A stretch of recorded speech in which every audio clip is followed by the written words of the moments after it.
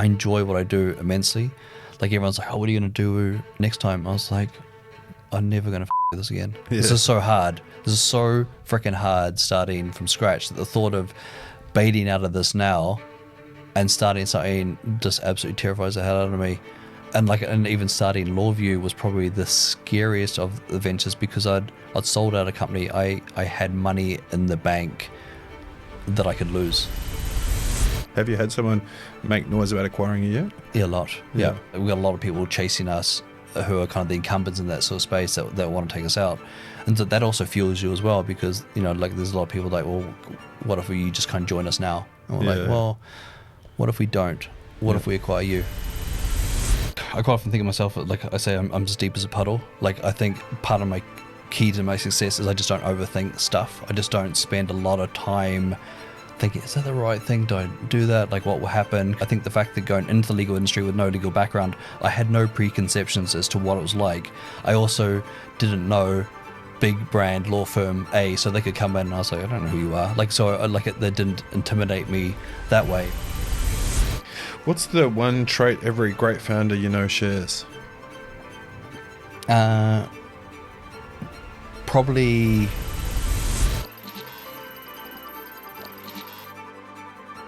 Welcome to the Startup Theatre podcast.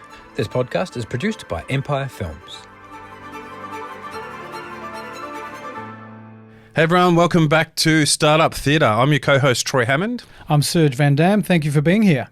Yeah, we've got a real cool guest coming on today, Serge. I've been really interested in LawView for a long time. And so, really keen to chat to old mate and talk about what he's doing here and how he's done it because everyone just keeps talking about, like how good this guy Sam is. And so I'm really keen to chat with him. Yeah, Sam Kidd, co-founder and CEO of LawView. Yeah, mate. So interesting times. I'm sure you'll probably ask him some AI questions. If I remember, I will do my best. All right. I actually want to talk to you about AI. I think I'm going to have a little moment on the podcast where we talk about AI because a couple of weeks ago, I'm not sure if you saw it, but I did this post on AI and how people are using LLMs first and foremost, like before they even try and have a thought experiment or try and solve something in their brain. They're just getting it outsourced straight to ChatGPT, and I'm starting to see the knock-on effects of that in interviews. When I interview people and I'll ask them a series of questions, you can hear straight away that they've got these pre-planned, answers that almost have a verbal M dash to them. And then as soon as I throw them a bit of a curveball and ask them to think on the spot, they really struggle with it. And so I'm curious to your thoughts on this. Are we raising an era of like AI parrots now where they're not able to start thinking, like exercising their brain so much anymore? And so so there's the parrot side. Will we have AI parrots? I think everywhere. To be honest, we have them already in call centers and things. We've all seen or experienced anything else I can help you with? And it's like, well, you haven't helped me with the thing I actually called you about. I know you're reading a script. So they exist in our society, but I just think that's obviously going to get much, much worse and across all elements. Yeah. I don't really know the answer. I think I'd be investing in whiteboards. That's kind of my suggestion. I find myself going back to the whiteboard again and really enjoying it. Like going back and trying to solve something first. And I was actually talking to someone about this the other day, and they said to me, who was it? It was Jono, actually. Jono and I were chatting about this. We love Jono. Jono, yeah. So Jono, famous podcast producer that's never on the podcast. He was talking about when he was, what was it, Jono? You worked in an island somewhere, Hamilton Island or something like that. Was that the right? Yeah. Yeah. And the Whitsundays? Yeah, did like taxi driving around the Whitsundays. And he said that he had to like mentally map it out of like all these different people that he had to pick up at what time and whatever it was and their room numbers and their phone numbers and all these things. And he said that he actually figured out that he trained his brain to be able to, like his memory, he trained his memory to be able to get really good at memory. And he said, if you had to ask me for like months after that, like what was someone's phone number, and he would like, I would be able to recall it straight away. And I said, that's like literally how we train our brains, right? You have to exercise your brain. And so that's what I'm concerned about, is that we're not doing that now. And so it was interesting. I posted it and there was some, what was some of the feedback you got? Some people were like, hey, get over it. This is the future now. Why do we bother using our brain now when we've got something smarter and better? Other people were really concerned. Some people were commenting saying they're also seeing it now in like early stage founders, young founders, or young kids coming out of school in particular, that they're not able to solve problems or think on their feet so much. And so I wouldn't say it's threatening, at the moment in terms of like it's scary to see it, but I can definitely notice it. And so, this AI world that we're in now is... So much uncertainty, and there's no obvious blueprint for how to avoid these things other than go back into the caves and to old school. Yeah, I think someone said, hey, if you had told me before there was an English language, that this was going to change everything and it's going to kill everything, and I was like, oh mate, I know everything changes, right? And I think we're in that evolution now where everything's just changing so fast, but are we going to be as entrepreneurial? Are we going to be as innovative? Are we going to be as, are we going to be solving massive problems that need to be solved? Or is it, AI that's going to be thinking quite binary in terms of its thinking because we've trained it some way? And so...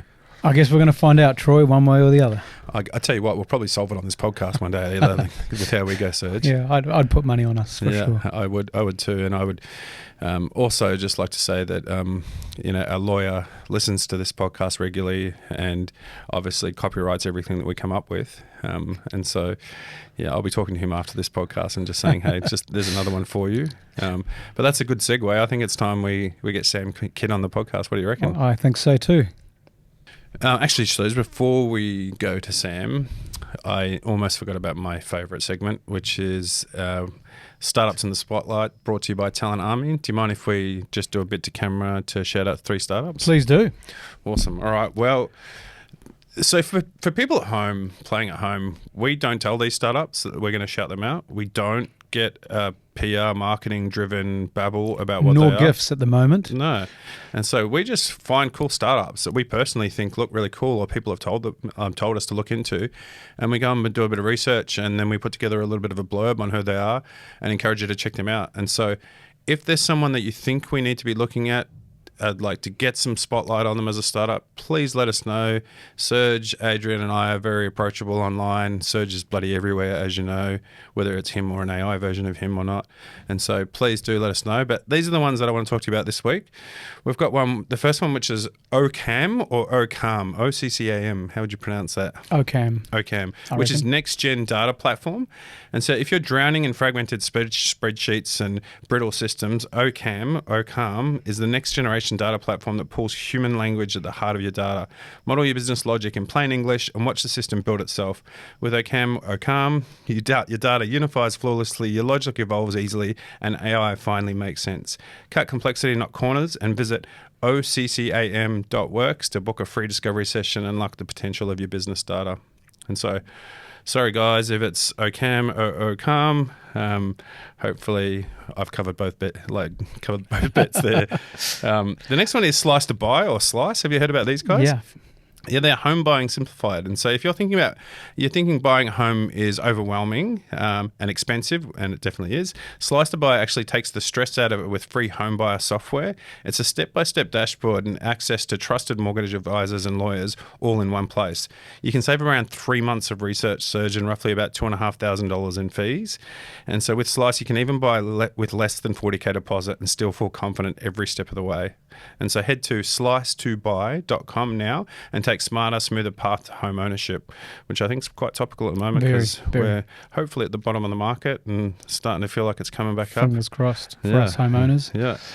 The last one I've got is Sense, or from Make Sense. Have you heard about these guys? No, I haven't. So they're a conversational intelligence platform. And so if you're lost in the flood of online comments and social chatter, Sense delivers conversational intelligence that helps you unify, monitor, and make sense of your brand's community across every single channel. And so think about it as having an expert on your team, like reading every single comment, capturing sentiment, moderating like harmful comments or harmful content, and turning conversation into clarity and strategy. And so if you want AI that speaks to your brand's tone, Sense has got it. Learn more or request a demo at makesense.com. I thought that was a cool one. We get a lot of love on the podcast, not any hate, but it's hard sometimes to wade through all the comments about how great we are on the podcast. And it is tough. It is. I simply don't have the time, Troy. Yeah, and so something like Sense is really good. So what do we always say about startups under the spotlight? We don't want you to just go and have a look and say yay.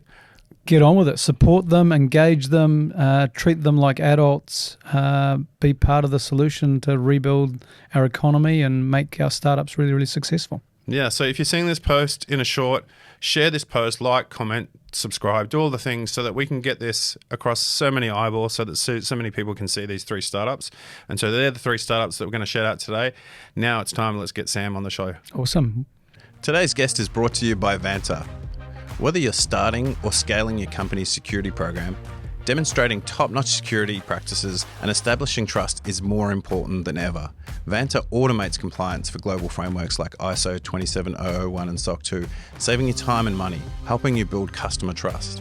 Over 8,000 global companies like Atlassian, Dovetail, Sharesies and Flossy all use Vanta to manage risk and prove security in real time. I actually had dinner with the whole Vanta team and I knew instantly that they would be the sponsor on the podcast. They just genuinely care about startups. And to make it go even one better, they've actually decided that my audience gets a special offer of $1,000 USD off from Vanta. All you have to do is go to vanta.com/startup theatre and enjoy your $1,000 USD off now. So Sam, thank you so much for coming in, or coming down actually. You didn't have to come too far to A whole join floor this. down. Yeah, a whole floor up. It's quite a famous building, this one actually.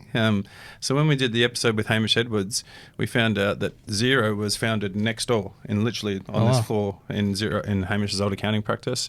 And there's been quite a few startups in this building. And so yeah, it's interesting.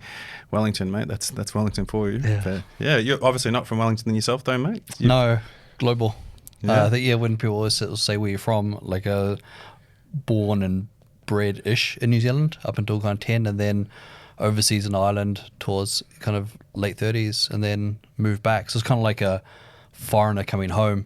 So yeah, moved to Tauranga, and then just trying to, I don't know, just become a Kiwi again, which is kind of like weird because it always got picked up as being a Kiwi when you're overseas, and then you come back and it's like, oh shit, I kept saying back home in Ireland just because I grew up over there, like there Because for they're so your long. formative years, right? Like Yeah. 11 to 30. Yeah. And so all my friends, all my schooling, everything, like pronunciation of like street names and towns and stuff, I just don't have. So yeah, like the way I kind of speak now, my kids are like, oh, so embarrassing. And so yeah. Oh, imagine being an Aussie in New Zealand. Yeah. I get it every day, all day. Well, you get to pass out though. I'm not sure Sam does. No, I don't. Yeah. I don't. I literally, I was on the phone last night to my to my parents, and my girlfriend was just laughing, like hysterically laughing. And I got off the phone. And I was like, "What's wrong?" And she was like, "Your accent is just out of the gate." And I'm like, well, I don't know. I thought I sounded Kiwi now, but apparently not.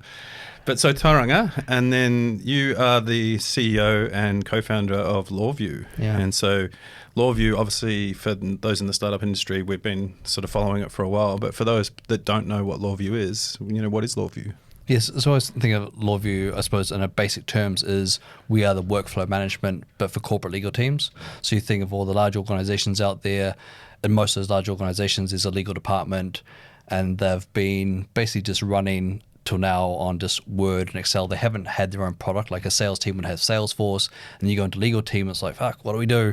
And so we kind of started looking around at the fact that they didn't have a system, and so we're in some ways become that Salesforce for legal. So we help them with intake from the business to the way the legal team manages that interaction, how they manage the interaction with themselves, how they store contracts, their full document repository, and then how they engage with external law firms, right down to kind of ingesting the bills and then looking at all the corporate counsel that they kind of or the law firms that they kind of work with as well. So you really think of us from kind of cradle to grave around the whole legal management inside the organization.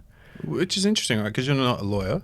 And from what all I can see and read, you didn't come from anything to do with a legal background. How did you get into this space? Yeah, it's not the sort of thing that you sort of wake up in the morning and like, I really want to tackle legal ops. Like it was kind of like I sort of fell into it because I was, as I said, in Ireland for a number of years. Was with a company in kind of the SaaS space. It was sort of online project management. I was there for close to kind of 10 years and then decided to sell out of that back to the other founders that were there. And then during that time, that was kind of the first time I'd ever really engaged with a law firm.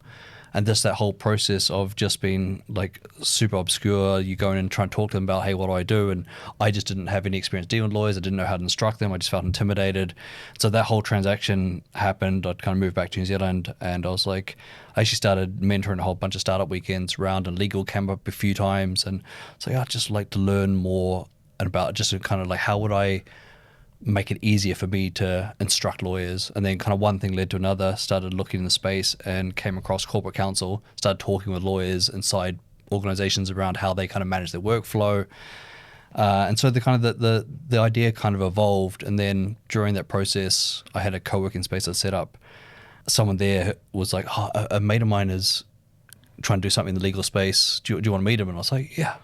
And so that's when I met Tim, my co-founder. He came down. We got chatting, and we just kind of kicked off from there, and it was sort of around dashboard management. He'd been doing things around helping to make it easier to do conveyancing. So same thing, which is like, how do you kind of project manage everything, and like how do you show what things you need to do and what stuff you send out to instructions to law firm. And so like it was just a really iterative process of kind of working through that, and we started to see this huge gap appearing as we started working these corporate teams, realizing they don't have a system. Or maybe it's just New Zealand way of working. We're small. Let's look and see what they're doing offshore. And as we looked offshore, no one had anything either, unless you moved into the massive team. So like a huge team of 400 or 500 was treated kind of like a law firm, but what we call our mid-market, so like internal legal teams between kind of 1 to 40, basically had nothing, just sitting there with Word and Outlook. It was we're like, okay, we're gonna need to do something here. And every little step along the way is like, okay, there was like, this feels like there's something here, and then they got to stage where like, okay, this is too big to kind of turn down, and we just kind of then we got too deep, and then had to keep going. That feels like a real origin story. Like you hear origin stories, right? And you're like, well, that one's definitely been manipulated over time. That one definitely feels like, yeah, shit, that happened, right? Was there a trigger that made you, from we're just exploring, there's a generalized problem, which you've outlined as a customer of the problem, if you like, and then at some point you're like, this is a big enough problem that we should build a business around. Was there a particular trigger or event or instance or conversation that gave you that confidence and conviction? Oh, yeah, it's a real good question. I think a lot of the trigger is I had no plan B. So this just had to work. And I think... Because you built for years before you had customers, right? Is that... Yeah, well, like we kind of got a couple of early customers, but then once you started working with them, like they just highlighted these massive gaps in the product, and you're like, oh, it's so hard to get into an enterprise client. So it's like, if we go out and try sell a product, we know where the gap's going to be. So we had a dev team of like 1 at the time. So it's like, okay, we can't sell. We'll just knuckle down, build those kind of gaps, and then we can kind of go again in the sales process. So we were always kind of talking to people and kind of researching the area, but couldn't really push go on the sales motion, because we knew that once we got into these conversations, it was all going to come crumbling down. And so it was 3 years of really building with little to kind of no like real traction other than a handful of kind of clients. So like, yeah. When was the aha moment for you that you're like, we've got something here? I think it was quite early on. In some ways, like when you think of like the first customers, when you actually kind of take them through the product and you sit with them and you look at what their workflow is, and you look at how much of a dent you can kind of make on that really early on, I thought, okay, there is something here. And then you like we just did a ton of research online. You was kind of looking at what's out there, and you realize that there wasn't, and you kind of started going to conferences and things there. Probably I suppose that one moment where you're like, okay, shit, this is something that could be actually quite big, is we went to a conference in Vegas, because that's where all the conferences are, and it's a legal ops conference, and there was a couple thousand people there. It was probably the first time I'd ever done like a massive conference, and like just those rooms, we can like the curvature of the earth, like they're just so freaking huge. Like coming from New Zealand, it was just really hard to get your head around how there could be so many people in a room. And just booths everywhere, and we were the only folks in t-shirts, because back then it was just super stuffy. Everyone suited and booted, and we are like a true like SaaS platform. We had a t-shirt that had sort of kind of like a decal from the Dirty Dancing saying "No one puts legal ops in the corner." Oh, that's good. And Brilliant. of course, you had a whole bunch of lawyers like, "Can you do that?" And I'm like, "Well, it's our own artwork, so shut up." Yeah. And then loads of people coming over being like, "But your matter management and your contract management, your spend management all together." So each one of those now, like beforehand, was a separate company, and like, but this is all the one product, and we were like a true SaaS kind of offering that way, and that just got so much interest in it that we came out of that thinking, this is just going to sell out the gate by tomorrow. And it did, right? I mean, you went 2021, you were $1 million revenue to now 20 plus or something, is it? Yeah. I mean, it's obviously doing well. Obviously, Yeah. some grind there. Yeah, and that's the thing. I think it always, like, you never feel like you're growing fast enough because you always look at the stories that you hear of like a OpenAI or something that just goes from naught to like gazillions in like the space of a second. And so you always feel like, oh, why is this so freaking hard to sell? And we're selling to the hardest buyers. We're selling to enterprise. We're also selling to people that always read the freaking contract as well. So they go through, redline the shit out of the contract, and then go back to you and you're like, and then they had no budget. So it's like all the things that we thought, like a greenfields opportunity, you're like, I love greenfields opportunity. I just thought I was already planning where I'm going to live and all sorts of stuff, and like we're going to make millions in the space of like 2 minutes. But then the whole greenfields opportunity is you sell to people like, I love this, but I have no budget.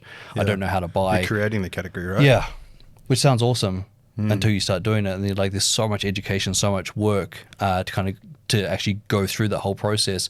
And yeah, when you look back now, like I look back and we did like we're 10 years in May, so we did a whole like 10-year video. And you're telling the stories about what it was like, and there's definitely that rose-tinted glasses kind of approach where you look back and like everything was great. But it's always great when you know how things turn out. It's like I always think about the Netflix story when they talk about that journey of kind of where they'd just been burning cash left, right, and center, and they went to Blockbuster and said, "Look, 50 million."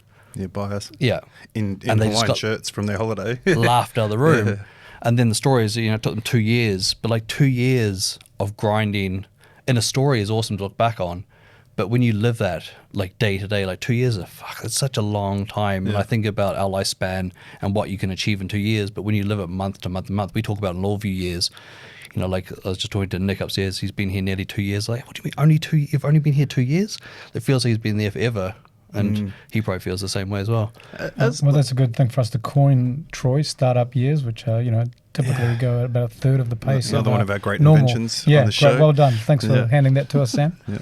One thing that like comes up a lot, right? So when I stop in the street, I get a lot of people come up to me on the street and talk about the podcast, and a lot of founders that they say thank you just for like letting us hear the stories of these people that are grinding for 10 years because they're in their first 18 months thinking that everything's going to be okay soon, and they're starting to realize now that there's a lot of shit that happens before you see a success, right? And it's that age old, the duck, on top of the water with everything happening underneath. So like 10 years is like you're grinding for your first 10 years, and then almost you have this overnight success after 10 years, and then it takes off, and then everything unlocks and becomes easier. Like, what are the things that if you could go back and do it now, what are the hacks that you would say to someone, or some of the things that you would think about doing differently, or you're like, I unlocked that and then it changed things for me? Yeah, like I've had loads of people ask me this question, and I wish there was a freaking answer for it. Because I've always kind of worked on my own companies or done things from the start. I thought LawView would be faster because I've done this before, been in a software company, I've learned some stuff, I know how I can apply this. And I always think the barrier to launching just gets bigger as well. Like I think back when SaaS was kind of a thing, you start with such a small app, you just needed like a media kind of like web app, and then suddenly you need the web app and iPhone. Now you need the iPhone, the Android, and the tablet, and needs to be compatible, and then you need to have all your integration. So like the barrier to launching, I think, is just exponentially bigger all the time. So in some ways it just takes as long. Again, you'll read something in the news that some 16-year-old kid in his undies sitting in his bedroom just launched an AI app in 2 minutes and now doing $1 million. But like that's the lotto ticket. Like I think the majority of it is that it's just super grinding at the start. Like I think about when you start, you've got like we had to create a category. I had no connections in legal. I used to sit on LinkedIn and go connect, send a message, connect until I got blocked. So you can there's only so many connections you can send a week, and you just wait for that to start again, then go again and do that, and then try and meet people and try organize catch-ups and things with that. Like it's super dull, but it looks cool when you post the photo. Like I remember flying across to Sydney. We had to meet like one potential client, and I did a selfie in the lounge. Such awesome conversations with the legal ops community here. Such a load of bollocks. But then people say to me, "Oh, things are going gangbusters for you guys." And I was like, "Yeah." And I was like, "Huh."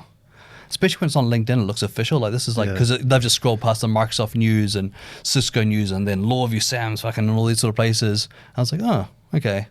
this is kind of working for us now. But like a lot of it was just all smoke and mirrors at the start, where you're just meeting one person, because like you can only meet one person at the start because no one else would freaking talk to you. So a few people that I spoke to about you were like, fake it till you make it is something that comes out of Sam's mouth. You know, he's just like, he's going to go after it, and he's going to just do it, and he's going to pretend that he's going to be that successful until he gets there, and then when he gets to that success, he's going to just grow to the next one. And so is that something, and I think that's something like all founders have, right, is this just insane ability to not think about everything going pear-shaped, but just to keep going. Where does that come from for you?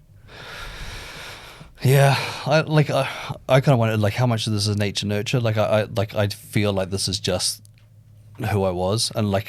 Well, it's true that because like you, so at 11 in Ireland, you were given a video camera, and from what I understand, you're running around the streets directing films at 11 years old with local kids, directing movies. I think at 18, is it true that you bought a hot dog truck or van or something on eBay? Yeah, I might be a little bit. Yeah, you've obviously been talking to my mum. Yeah. And so it's obviously something that's been innate for you since you've been young, that like entrepreneurship and to do something for yourself. Is that fair to say? And like some of this is probably comes from the fact like I was like terrible at school. Like because I couldn't spell, like I just didn't enjoy school at all. So my writing, just the general schooling was I was just kind of punted it. And so I was like, well, like I'm going to need to make money and do something. No one's going to employ me because I'm not intelligent. So like it was just like that, like intelligence is a way of what I thought schooling was. If I'm not getting top grades, like my brother who was like ace everything, and then friends who had just found schooling super easy. So I was like, I'm just gonna have to make something of myself, and I just didn't sit still and do anything. So then when I saw an opportunity, it's like I'll just go for that and then just go all in.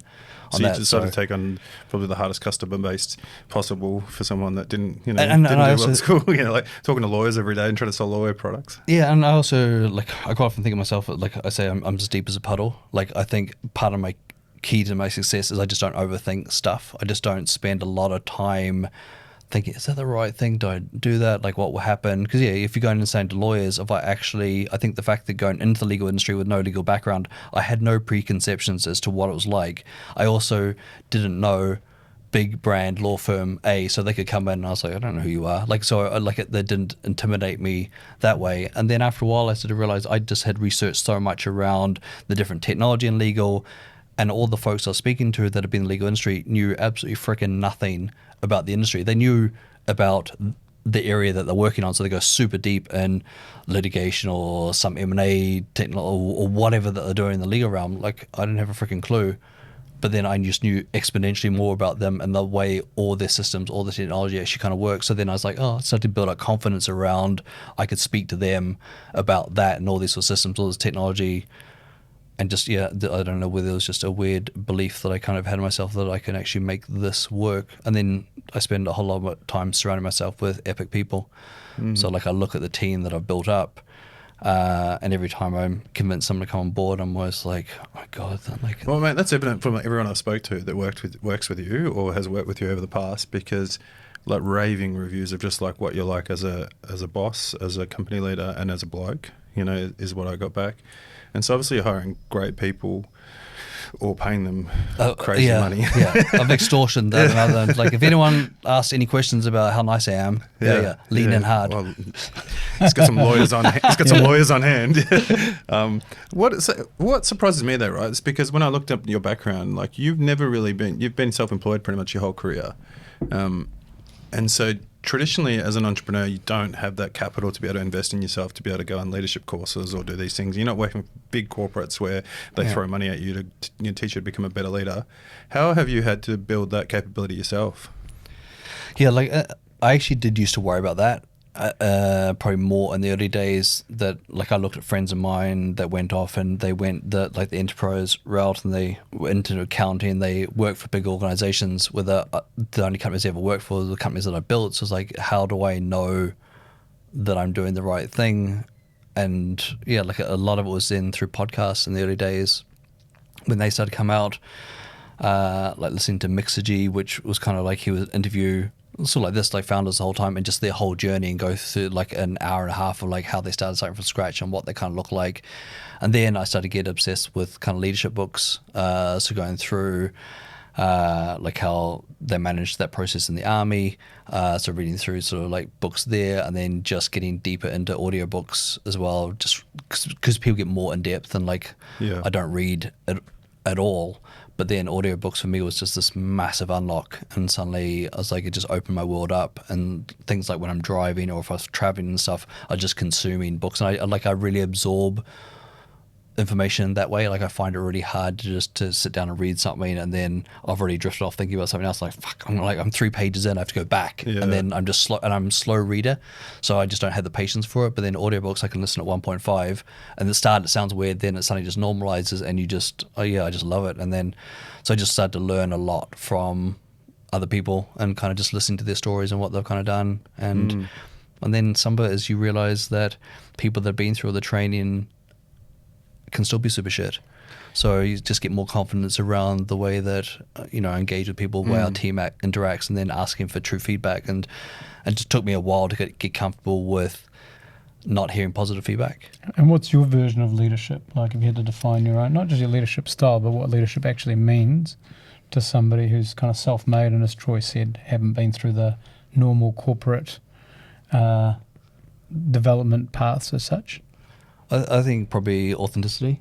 Like I'm far more comfortable with not being right, and probably got better at listening. I think before, probably when I was worried that people might sniff me out and realize I didn't know what I was doing, was to jump in quickly and to try to be the loudest voice in the room and to make it seem like you knew what you're doing. And I feel more comfortable at sitting back now, and I don't have to lead that way, and can listen, and then you can come in with something actually freaking useful, as opposed to just talking for the sake of talking. So that's probably something that's taken me a bit of time to kind of get there. I want to double click on that. And so let's go back to 2023, right? There was companies, there was that weird time where we come out of COVID, and it was like so many restructures were happening, and everyone just, the business confidence was gone to shit, right? And everyone was trying to figure out what to do. Do I restructure now? Do I restructure later? Do I hold on? What do I do with my employees? And so one of your SLT team told me a story about you on an all hands and said, okay, guys, we're going to do a short restructure here with like certain roles across the board. And you were pretty forthright in just like making a decision quickly about what you were going to do. And then you on the all hands told the team, this doesn't mean the work's going to decrease. We're probably going to even increase our work because of this, because we're still going to push harder with our product and get these releases out the door. Talk me through that moment before you got on that call. Like, how do you deliver a call like that? How do you make that decision when there's so many external pressures and internal pressures going through your mind as a leader? Yeah, look, I think as a exec team, we'd talk through a number of possibilities the whole time. Like, do we... Because the things that just kind of turn south really quickly, and I think this is where the US reacts really fast. And I suppose at the stage we had US investors were kind of looking at what people are doing, and we started discussing like what happens if the growth doesn't come. If we make small cuts now, maybe we'll get through, or do we just go hard and just make more cuts just to guarantee that we'll succeed? And it's hard because you're trying to then separate the people from the decision as well. And so this is where I kind of talk about like it's not personal, it's just business. And so there's in some ways a veil that comes over, and you just can't think about it from a personal point of view in a way. But then you have to have empathy around the decision that you're kind of making. So I think we talk through what this looks like. You do the numbers, you look at it really clinically, and then you're like, okay, now how do I do this and deliver this as a human to a whole bunch of people who you're about to tell them, that friends and colleagues that they work with, we're going to let go now. And so, like, in some ways, you can't just turn that on. You have to have had that transparency, and you have to have had that kind of leadership style right from the get-go. If you decide that you're going to just run things kind of like a dictator, and then at the end you want to have empathy later on, it's just not going to kind of land. And so, like, I spend a lot of time with the team, and in some ways, when you build a company from the ground up and you've done everything, in some ways, like, you're still really connected, as long as you stay connected to the work and you stay connected to the people. Like, I think in New Zealand we're kind of lucky because I think organizations are quite flat. Like, it wouldn't be unusual for you to sit down with the CEO or sit down with the CFO and chat away. Once you start getting employees overseas, especially in the US, like, everything's more hierarchical. So like when I'd message some of the folks, and they'll be like, oh shit, the CEO is going to message me. How do I engage? And so I spend a lot of time trying to break that down. So like when I travel across, like I spend a lot of time with customers, but I also spend a lot of time with our staff. And so you're over there and you're like, come on, let's just we'll go to the pub, we'll go, and you hang out and you just try talk normally to people. Because at one stage, as we started to grow, I started to feel like I was being cut out of my own company, because it's like now we talk about it's communication, not escalation. Because suddenly you bring in C-suite. The C-suite, when you start off isn't a thing. It just becomes something at a certain point when you got enough staff and everyone's like, when you haven't met everyone in the hiring.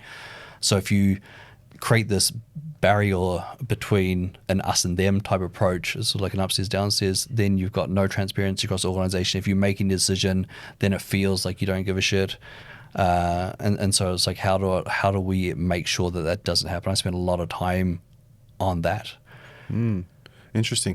You feel like you're being cut out of your own company. That's because like I used to do all the sales. Like I do like thousands of sales calls, and then you realize that there's people exponentially better than me at doing the selling, and so you bring a sales leader and you bring the sales teams, and then at the start I was always on the demos like, oh well, I'll join with you and we'll do the demo together. And then at one stage you can be, everyone's like, would you fuck off? So I can do this properly.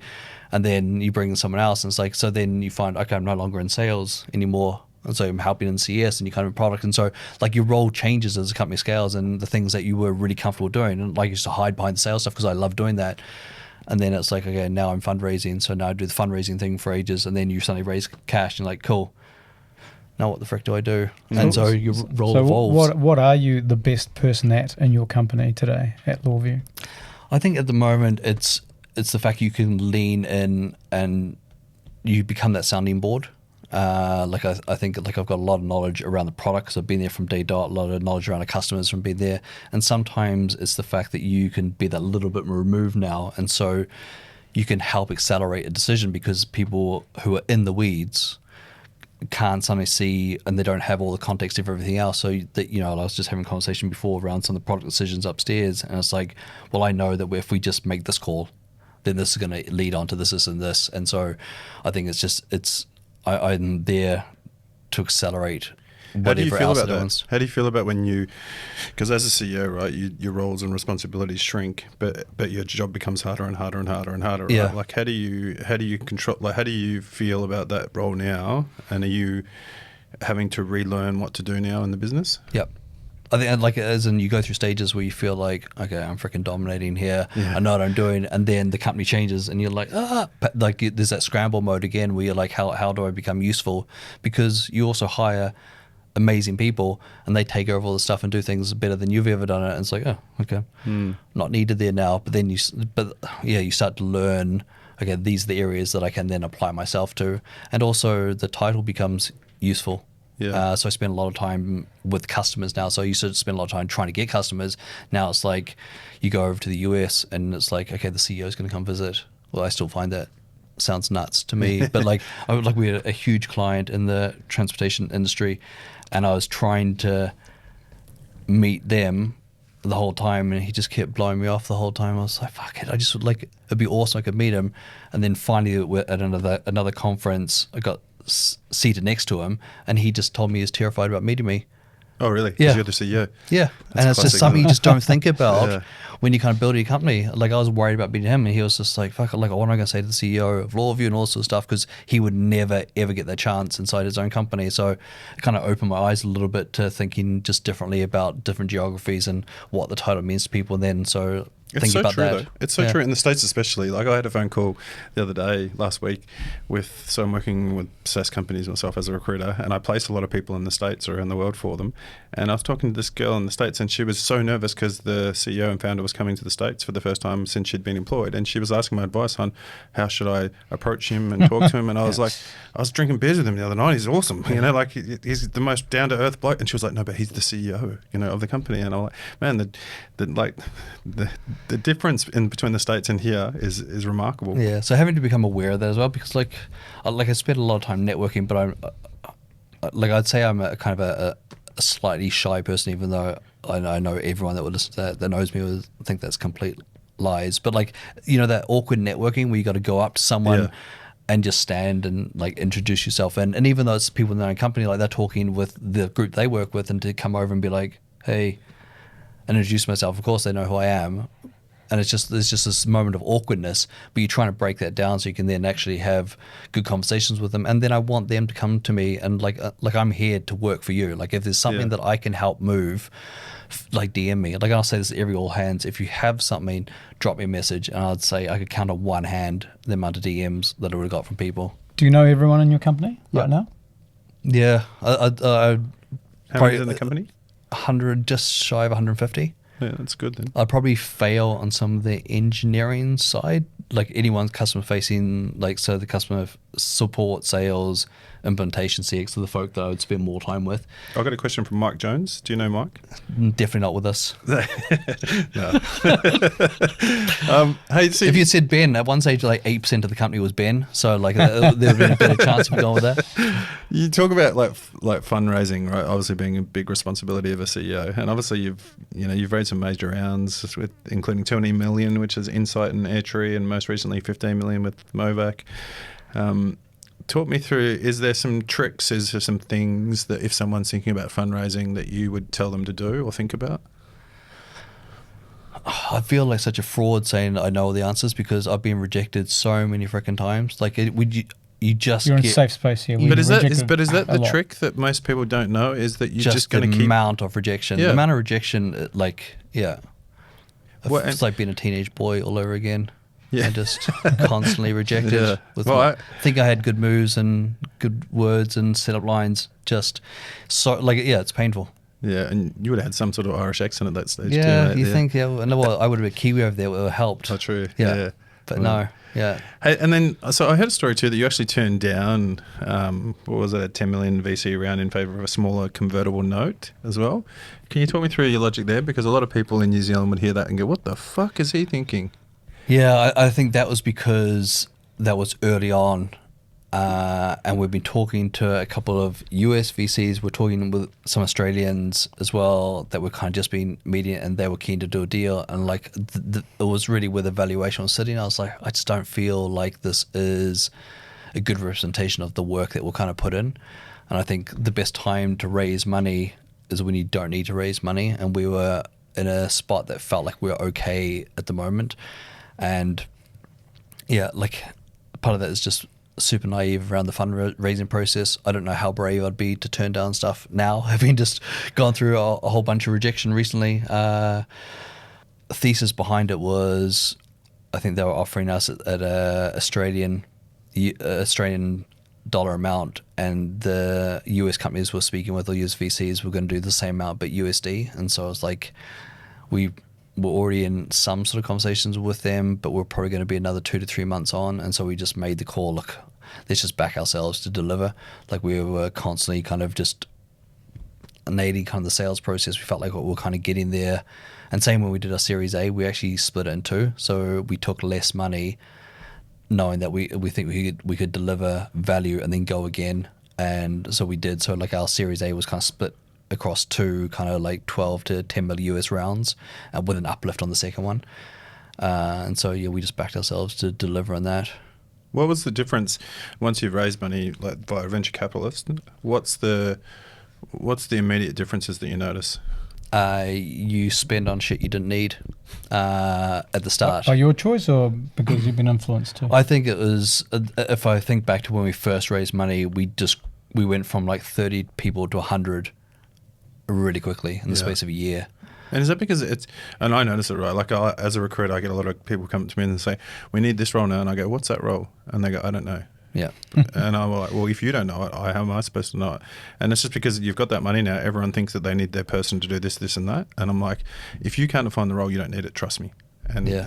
But how much of that is like, I can't think of a good metaphor, like Emperor's New Clothes kind of thing, where it's not the VCs that are pushing you to do the stuff, is that you think 100%. that's what's required because you've read some Jason Lemkin thing or some other thing or some role that you didn't know existed, and you sort of think, oh, maybe we should get one of those, right? Because so that's really my question. How much are you being pushed by external influences, being American VCs or Australian ones, versus your perception that we should perhaps hire a whole lot more people because we have a whole lot more money and we should do these things, which is what normal people like us do. Yeah, I think it was the latter. It was we were pushing ourselves and thinking that we needed to grow faster, and bringing all these people on was going to make that dent, and it did. But we slowed down first before we sped up, because you just suddenly onboard that amount of people with no onboarding process at the start. And then it's like, okay, how do we bring people up at speed? And then we've hired all these sort of roles. And so at one stage, like, we're trying to look at the amount of product we're getting out. I was like everything just feels so messy. And it's because everyone's treating the person next to them, and they've only been there 2 minutes beforehand. So it just took us a little bit of time to kind of bake that in again. Well, I think if I suppose you asked before what would I do differently, I probably wouldn't do that again, and probably be more mindful. And again, there's probably more confidence around what would be the core roles you bring in, and then how would you just embed that in first, because I think there was just that pressure on us that we probably put ourselves, which just grow fast. And so we looked at, like, how do we do the triple, double, which we were doing, but then you see the companies that kind of keep going from that. And so we looked at our growth rate and be like we need to be growing more. We're still growing at like 200% year on year, but didn't feel like it was enough, because you're always reading the Netflix story or someone else that's kind of growing exponentially faster and just taking off. And so you always, if we could just get to here, we would have made it. And I still feel like that now. Like, well, yeah, you have made it, mate. Like, you talk about the start, like you've creating a category, right? And then like I read now that you've got, IDC's MarketWatch, Market Scrape, is it? Market Scope, yeah, calling you guys, one of the best in breed in the category now, right? Like, the category's been created and you guys are like listed as world class. Do you take a moment to sit back and think, fuck yeah, we've done this? Not enough. I think because you're always looking at a thing that's just in front of you, we are so super shit at celebrating what we've done, and we try to get better. It's probably as we brought on more US staff, they're better at it. Yeah. What is it about the US that are like good at celebrating? Yeah, bred to be like amazing Wins. orally celebration. Like, what is it difference between us and them? Yeah, like I'm curious. Bring on a new sales leader, like she used to be like, you guys don't, we'd get to the quarter, be like, yeah, hit numbers. So next quarter, and you're like, we just... It's clearly cultural. If you watch an AFL tackle being made and the 45 seconds of everyone celebrating because it's an amazing thing, and you were just doing your job, man. Like, chill out. I think it's probably just because it's a better but the sport. All Blacks used to be given out to that. Remember, like the All Blacks would score a try and be like, yeah, good, and then walk off, and there's no celebration. And then in the end, they just thought that we were just snobby about stuff, and it was kind of this stoic, like, I don't know whether it just being a small country, you feel that everyone's being better. Say like, well, we're going to be, this is just normal to us. We're gonna like. I struggled with that when I first got moved to New Zealand, like with the not celebrating of things, because being born and bred in Australia and then moving to the US and then coming here, I was like, can we take a minute to just celebrate like everything that we've done for the last 3 months? And everyone's like, well, like you're only as good as your last month. And I'm like, fuck, yeah. So it does make a massive like difference to the team as well, and taking those moments. So like we've certainly started to bake that in a lot more and actually celebrate those moments, because otherwise, why would you do it? Like you spend so much time grinding, fighting that. Like that was the nice thing about doing that 10-year video. We kind of have a whole bunch of us that have been there from the start, just to sit down and talk through what the journey was like. And we sent out like a celebrationary kind of like penned everyone, and we had like an all hands kind of celebrated and stuff, but still pretty short lived. I think we had a token lunch downstairs in the office, and then you're like, okay. We celebrated our Tauranga 10-year birthday party a couple of weeks ago. Yeah. And I feel like my memory's short-lived after that, but that was but it was a big party, that's for sure. It certainly was. Yeah. I was even invited. Oh. Yeah. Well, you can come to the 20-year one, mate. Yeah. If I can come to yours if you're going to celebrate. 100%. Hey, you talked about this before, like, talking about celebrations, right? So when I look on LinkedIn, I see you celebrating a lot your team now, which is good. I talked about this before when you said, hey, we're going to have to lose some people, but we're going to go faster. And so you guys seem to be like pushing some really good product out the door. And so I'm curious to know, like, we're in a world now where it's just, shipping product feels to me like it's slowed down a little bit over the last sort of 4 to 5 years. And I think it's because everyone's been introspectively working on their business. What is it about you guys that you're able to ship product so fast? I think we've got a really tight process now around what that looks like, and like we just did a recent planning session where we kind of locked down for like what do we have for Q3 and 4, so we operate to calendar year, and probably getting better at just saying no to some stuff, which is actually really hard to do. Like I was terrible at it, because especially when I was out meeting the customers doing sales, it's like, oh, if we could just have like, this is the next sale, this is the next thing. So I'd come back to the team after I'd done the planning and be like, we're just going to squeeze this in. And of course everyone always says yes, and so that's also the danger of my voice, is that I can throw those grenades in and no one's going to say no. And so then I've had to get better at just not throwing those grenades all the time and actually listening to the team. So it's kind of back to what I was saying before, like just being better at listening to the team, sitting down, letting them speak around everything that we kind of need to build, and then being like, hey, like as a team, what are we going to cut? Like what are the things that we can't get? Because developers are also freaking terrible at estimating, almost as bad as salespeople are kind of estimating their quotas and stuff. But you need to give them space to be like, just tell me honestly, can we get this done or not? And if you give people time to think about it and they feel that they can have that honest conversation with you, well then you start to get some truths, because like that knock-on effect to your customers becomes huge. That knock-on effect to your CS team who's dealing with them to say, we're going to get this out. And then we turn around and be like, oh, by the way, we're not going to get this out. And then everyone just starts to lose faith and trust in the whole process. And so I think we're just being better at giving people space. And this is only kind of recently, to be like, just level with us. Like, is this possible? Is this not? And then... How do you get good at saying no? Because, again, I'm across a whole lot of startups. Ask your wife, Serge. Yeah. She seems to know all the ways. I should ask her. I will. Melanie?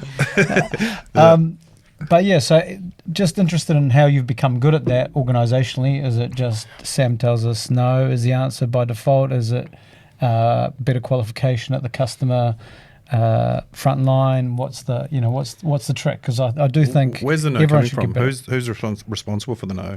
Well, I think the no can come from a multitude of people. I think it's probably the fact that we've given people probably more scope to say that.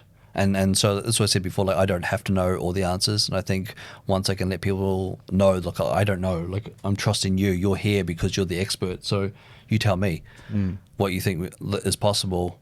And then I'm happy to kind of change my point of view easier than probably I was before.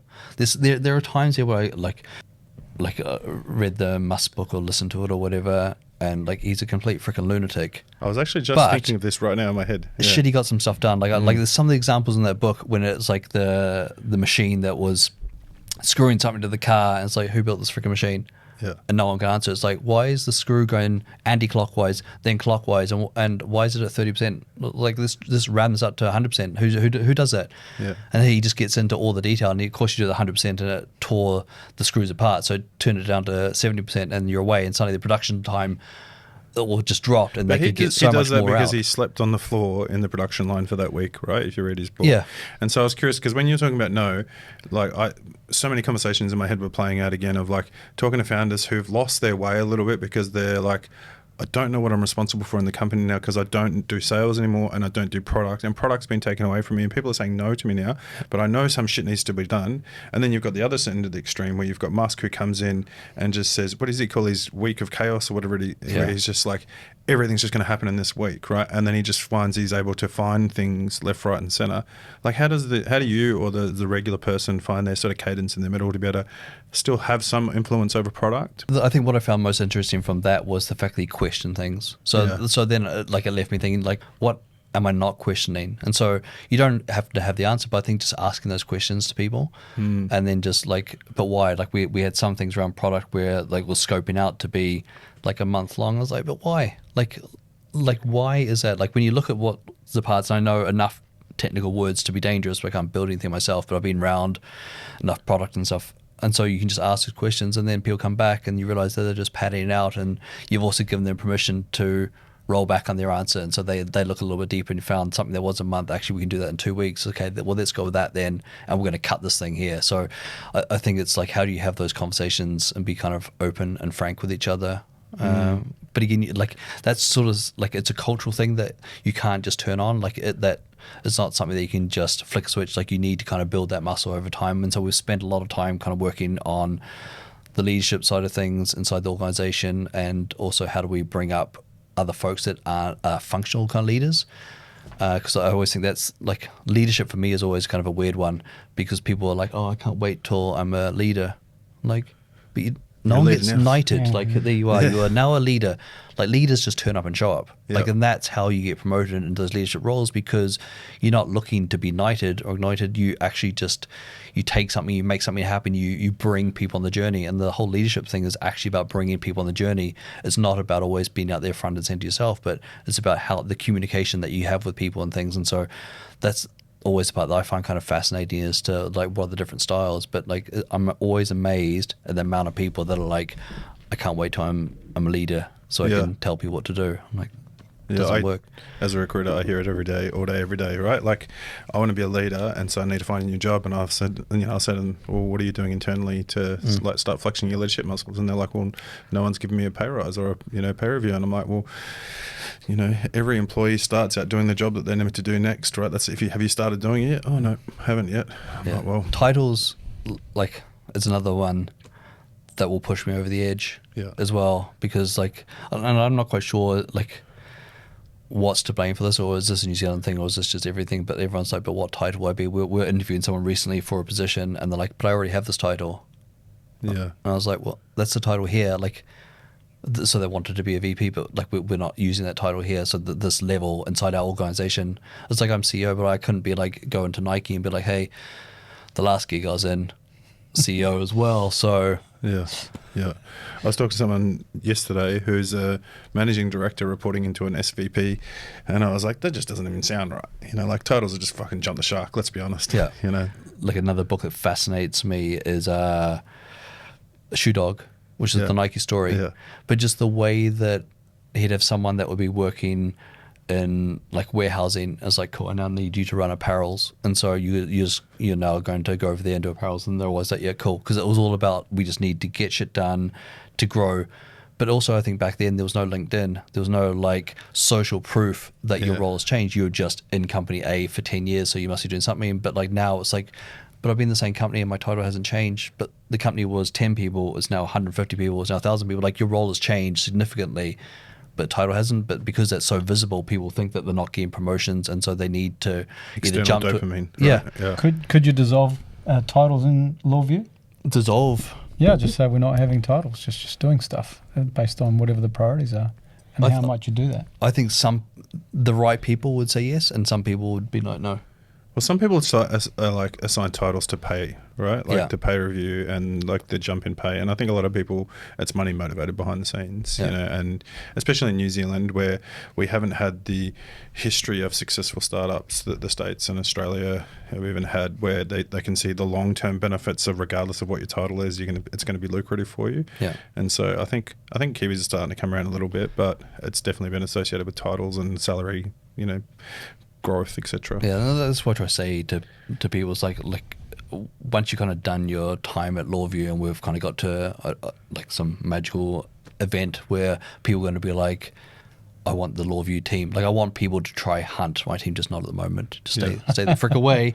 But it's the same as like we were putting X0 people. It's like, because like when we were starting off, we're like, who's scaled a company of any sort of size? We're like 0 folks. So like we're trying to find people that have been at 0. So that was a draw card. I couldn't care what their title was. It was what was their job, and the fact that they were at 0. So they've seen something scale. Or you're looking at people that were from Trade Me, but then after that, there wasn't much else in New Zealand at kind of bringing people. But now you look at the cohort of companies that are kind of coming up as well. You like, we've just stole someone out of Sharesies. I got a message from them saying good hire. So like there's a whole pool of people, and you got Halter, and then you've got like Rocket Lab, and you've got all these like just massive companies now that you feel like there's actually, you're kind of building that density of epic talent of people that have done cool things in software or in tech or in hardware and that as well, which is... And do you know what epic talent is to me?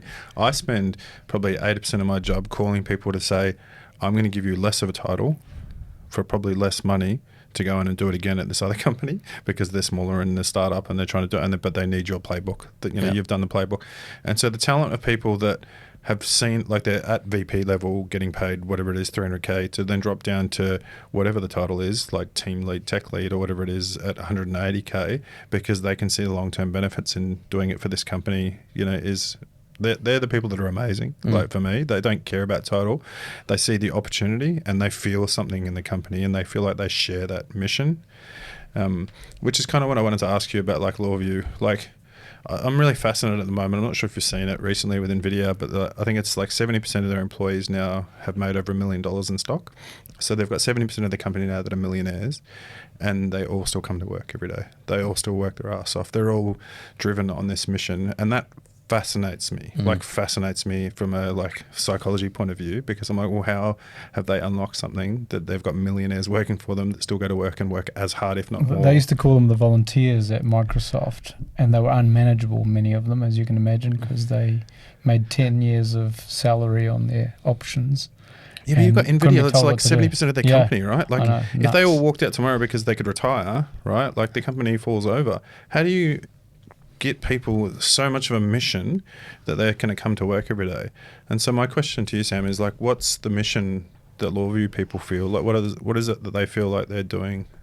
Yeah, like our mission's been to accelerate the world's legal. Like that was kind of what we wanted to do, and there was kind of like a bigger piece as to if we could tame the corporate legal kind of market and get them operating in the way they engage with law firms, then you can start to kind of manage the entire process and everything. It's like how transformational that could kind of be if it could give people a window into kind of legal and actually kind of operating. That was what we were kind of trying to do in the early days, and then I think a lot of what we do now is just focus on the fact that we're trying to become a category leader. Yeah. And for people now, they can see that we're kind of like we're making a dent. We're kind of like we're getting big enough in the UK now. We've got a really good, strong market in Australia.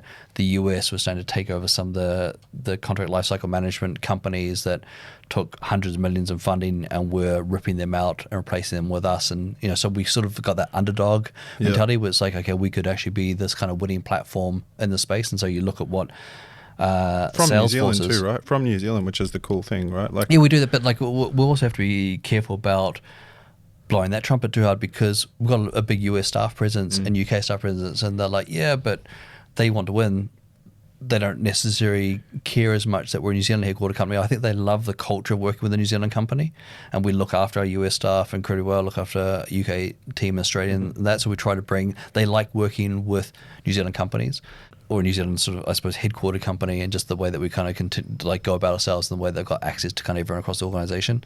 But I think for a lot of people, it's like they just really enjoy the challenge and the fact that we're winning on so many different kind of fronts. And like I'm always kind of fascinated as well around the like what would, because like when you've taken a VC capital, the aim of the game is to give that back. And so it's like, what would we sell for? But like, would we really want to sell? And so, do you have a number in mind? Yeah, I do, and I always try to push that a little bit into further. Yeah, which makes me say no. Like I know if I sold in the morning for we're valued, I'm fine. Like but then what would I do? Yeah, is your current valuation open? Like no, it's not. No. Yeah. Okay. But we're into multiple hundreds of millions now, and so like we're in a good space, but we could be better. It's like, well, how do we get that up into the $1 billion valuation and kind of move up that way? So let's double click on that. Like what? Because like there's this thing with Kiwis that we're traditionally known as the triple B, right? What is it? The beach, the batch, and the BMW, I think it was, right? And then once you get that, then you're successful, and then you sell out and you retire and you live at your batch. What is it about you and other founders that are able to go to new heights and push yourself and your stress and your pressures, to the next heights? Are you chasing something, or is it you genuinely believe that, that's not good enough for you? Yeah, I think it's a little bit of both. Like like I'll be lying if I've said like I'm not motivated by what that outcome could be, but I'm also realistic in realizing how hard it is to get to this point. Like I enjoy what I do immensely.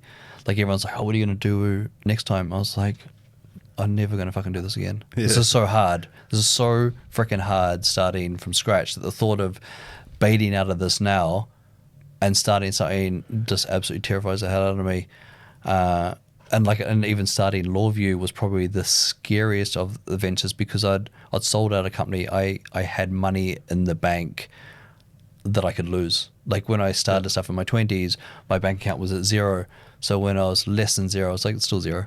Like what's the worst that could happen? I didn't even own a house then. So like who cares if it all goes south? But then once you've made some money, it's like, like I tried so hard to kill LawView when it started out of the fear that this wasn't going to work, and then you just got so deep in, and then realizing that just don't have an option B. Like I just never have an option B. Like this just has to work. And so the thought of bailing now, I'm like, well, why not make this bigger? And everyone in the company's got options. So like I'm weirdly motivated by what that could look like for them. When you can suddenly have a life-changing amount where someone can buy their house or pay off their mortgage or do something, like that's super motivating for me to kind of get that to there. So like I don't want to pull the trigger too soon and miss that opportunity for folks as well. I was thinking about that as I asked my question and then you responded, because when you're shooting for billion-dollar valuations and when you're thinking about this, it's not just that the founders get to walk off into the sunset and enjoy their, very nice beach, very nice beach, very nice boat, mate. Boat. To play with on the beach. Exactly. I get seasick really easily. But the ecosystem of your company does as well. Yeah. And that's when you get into these NVIDIA millionaires and, the PayPal mafias and this, you get in, you're creating wealth internally in your company. You've, all these people that have gone on that journey with you, have been paid back more and, more than they thought they'd get. And then they contribute to our ecosystem because then they go out and start something else like you have here and coming back to New Zealand. And so is that something that you think about honestly, like as you create? Yeah, absolutely. And like I think about like our first round. So yes, we did the VCs, but we've got a boatload of just angel investors. Like so some of them, like actually, like I think one of the things that I just didn't know about from New Zealand was secondaries. I think if like a lot of our angel investors have already got all their money back and then some, so they're all playing that with house money now. And there's no better feeling than actually kind of cashing some people out. Like one guy had put in just on 50K and took close to $1 million out. And Awesome. Nothing kind of makes me prouder of that. Yeah. And so, that money's been reinvested into other things. And I look at some of the other angel investors that we have on board there as well. So is there something you've done yourself? Like we talk about this a lot on the podcast, like taking some money off the table to continue your petrol tank to keep going. Is that something that you've thought about doing along the way, or thought about? I didn't, because I wanted to keep things in there. So like I suppose I'd had the added advantage of having had another company and kind of sold out, and so like I went for 5 years with no salary as well. So which is not something that everyone kind of do in the early days. It's certainly a fast way to burn through a lot of those sort of savings as well. But yeah, now I get to the sort of stage where knowing that if we did another round, like there are secondaries there. So I think that's something that probably I wasn't aware of when kind of building LawView, that you could actually do that. And so once we kind of learned that with some of the US VCs coming on, that took a bit of pressure off some of the folks, and also the fact that then I was able to give money back to almost all the angel investors that put money in. Some decided just to let it roll. They're like, well, we're in for the long haul. That must be an amazing feeling. Yeah, ridiculous. Yeah, especially because they're friends and family and like everyone, like they're close to you at that stage, right? And so it's like, holy shit, being able to turn 50,000 into a 1 million, it's like, it's pretty remarkable. Yeah. When I think about that, it certainly gives me the warm fuzzies. But that's what I mean, like getting excited about what we can do for staff and that as well. As we kind of build it up, and it's like, can we push that and just get that kind of a little bit further? Yeah. And what is it now? Because like it's like 10 years in now, right? So, and for people that haven't run a business before, like to start something, to build something, 10 years, like we both just celebrated recently, like it feels like it's gone in 2 minutes, but I also feel like I've aged 500 years in the last 10 years. Yeah. And people ask me all the time, oh, you must be, you're successful in your business. I mean, like every year I've thought about quitting. Like every single year I've thought like there's something fucking easier out there to do than this, right? But how do you keep going for the next 10 years? And I asked a few people that know you, I was like, what is it about his resilience that's going to push him through? And everyone just kept saying the same thing. They're just like, he's just a really half glass full kind of person. Like he's just got this quiet, humble confidence about him that he's like a really just positive, mindful person that's just going to like look for the positive in situations. And so I'm curious to like ask you that question, like how do you go the next 10 years? What do you do? What drives you? Yeah, it's probably back to that puddle answer. In some ways, it's just not to think that deeply about it. Like I will daydream and have those moments where I think about what if, like on the crazy, imagine if we suddenly got to this level. And that kind of gives me a little bit of fuel to keep going, and then I just throw that away and it's like, cool, what's in front of me? And so then I just focus on each individual task, because if you actually think about the mountain in front of you, it just puts you off. Have you had someone make noise about acquiring you yet? Yeah, a lot. Yeah. So like this is the nice thing about the space that we're in is that we know there's optionality. Like we've got a lot of people chasing us who are kind of the incumbents in that sort of space that want to take us out, and so that also fuels you as well, because like there's a lot of people like, well, what if you just kind of join us now? And we're like, well, what if we don't? What if we acquire you? Like, and so there's a part of me as well that just wants to win and to beat them as well, and so that kind of I know you depends on how you want to get that fuel to keep going, and for me, like I'm competitive. Even I was playing Connect 4 with my youngest yesterday. She only won 1 out of the 10 games that we had. I'll still smash her every time because and it's just. But I remember saying I'll do that with my son when we used to play FIFA. Yeah, and geez, FIFA. I can't. Yeah, and I would absolutely trounce him. But that's good for parents to beat their kids. Yeah, but then Ryan would go to bed and in tears. Yeah. And my wife would go, why are you doing this? Because your dad was a rugby coach, successful rugby coach, so that must be innate to you, right? Like you've grown up around sports. Is that shaped part of you? I think so. Yeah, as in there's just that competitive, like it's just part of your upbringing. It's just that kind of that desire to kind of want to win and play, and so like I do look at business as a bit of a game that way as well. And so, like, the same thing, my dad would beat me and things, but there's always kind of a good human. And, like, I remember when Ryan started to then beat me in FIFA, and he said to me, this is for 10-year-old Ryan. Yeah. And he remembers going to bed one night crying and just so angry. I couldn't touch him now, like, not in a million years. It's like my guys are in quicksand, I play it. But those victories to him now are just exponentially more enjoyable because I just treated them like adults right from the get-go. So there's a happy medium there probably 100%. It's the joy on my son's face when he beat me in basketball for the first time.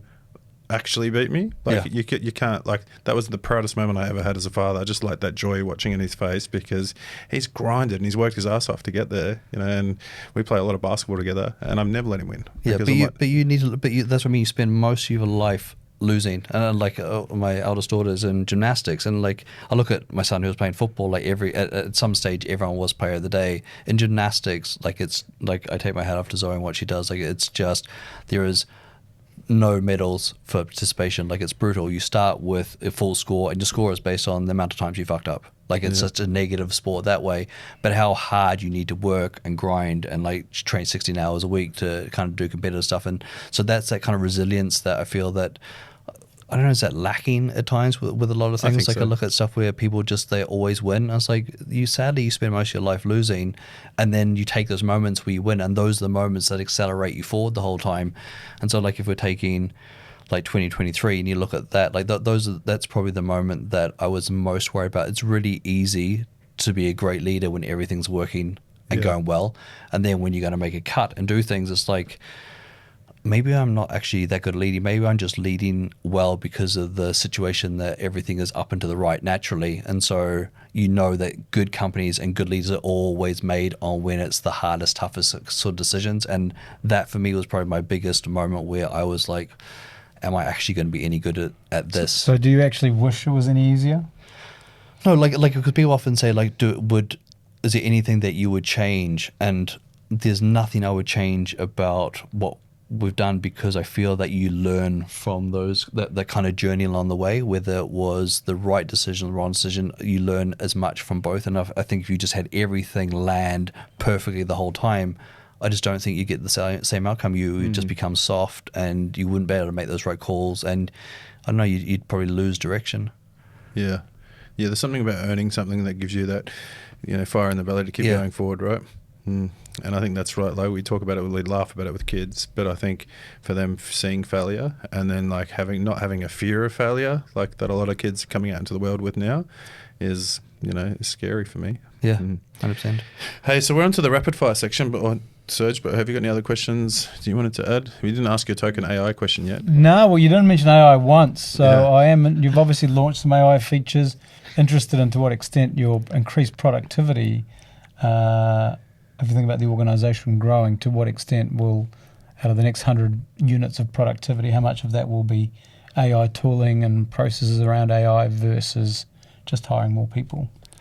Yeah, that's something that we're just going through that process at the moment. Like we're looking at a BDR function, so like an SDRs, but like how do you augment them with AI to kind of get more out of them? We've kind of brought AI into obviously the engineering department where they're getting kind of a lot more kind of output in that as well. I'm still of the mind that I don't know if it fully replaces people. Like yes, you can do more with less people, but if you have the same amount of people, you can just do exponentially more. And so I look at that in the legal world as well. It's like you've got a legal team and everyone's like, well, if we use AI, we can get rid of lawyers. But you know that that would be true if you were the only company that had AI. But I think the fact that everyone has AI, then everyone can just do more. So if you've got more people with AI, you're just going to move faster. And so we're wrapping a lot of AI into the product around, and it's obviously all productivity gains. It's like, how do I review contracts faster? How do I suddenly rip all the key dates out? So anything that a computer can do incredibly well, it's like, well, let's just remove all the administrative work. And so for the sales team then as well, on the company side, is like sales reps terrible at fitting in Salesforce. So what stuff can we get to load in there? Obviously, every meeting that you go to, you get everything kind of transcribed. So like we're trying to look at those productivity gains right across the board.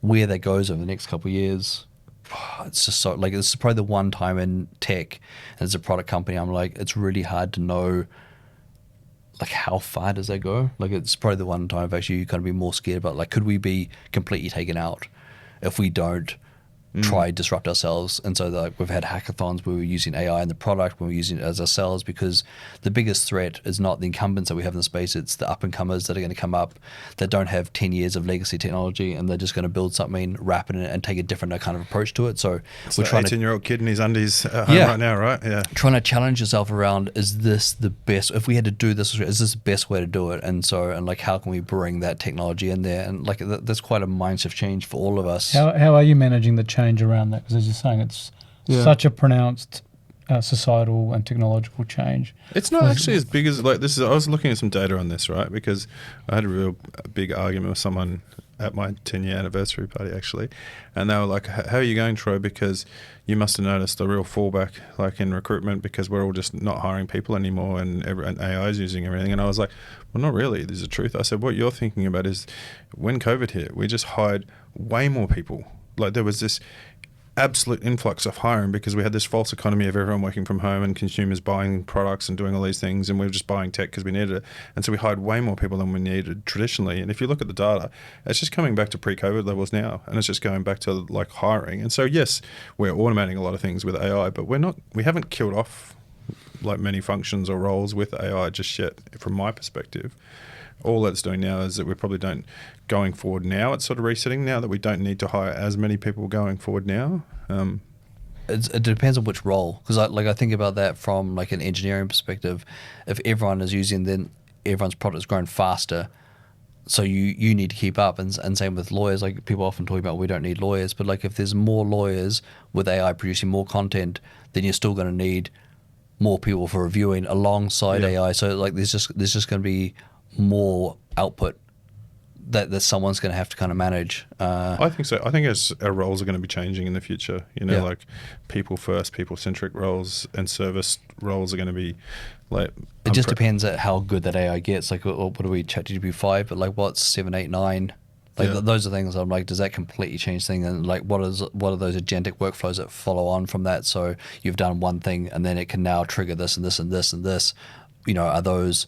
Or are they actual roles that's taken away, or is it connected? Or like once you actually start thinking about it, then it starts to feeling that like, well, if we replace everyone's roles, then who's going to be buying the product because no one's got jobs anymore? And then it's like you end up in Terminator 2 Judgment Day very quickly over again. It's either that or Star Trek, of which you've got someone helping you. So it depends which route as a society we kind of lean Team towards. Star Trek, yeah. I think what you hit the nail on the head, right? Like if we're not looking at it and saying where can we adopt this where needed, right? Like Serge has got a lot of courses and things that he's doing for different people to just start exploring it. And I think because if you're not looking at it and exploring it, you're just going to be left behind. Yeah.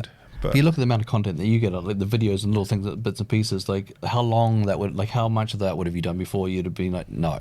Yeah, it's way too much effort. Yeah. Yeah. Indeed, the Photoshop, it's just like hours Hours, of, yeah. Hey, so we'll get onto the rapid fire questions. And so what I want you to do with these questions, I'm going to ask you a question and you just have to tell me straight away what comes to your mind. So what's one book or podcast that you recommend to every founder? Shoe Dog.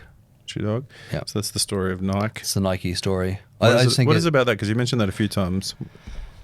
because he didn't start out to create Nike.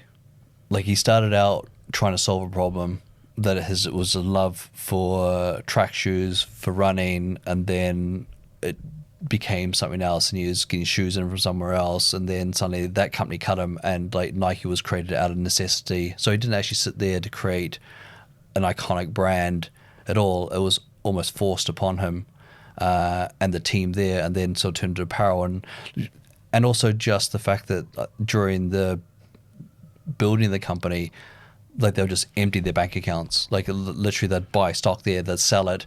They had no cash. But from the outside, you look at it, it's like the duck, just like a company. Of course, they're always going to make it. Look at it, like, it's iconic, but just how close to not making it they were the whole time, like for so long that they barely held it together. And yet, from the outside, it just looked easy. It's like, well, that's a slam dunk every single day. And so, like, for me, that there's just something reassuring about the struggle with something, and seeing something like that, and just how they kind of built it from the ground up.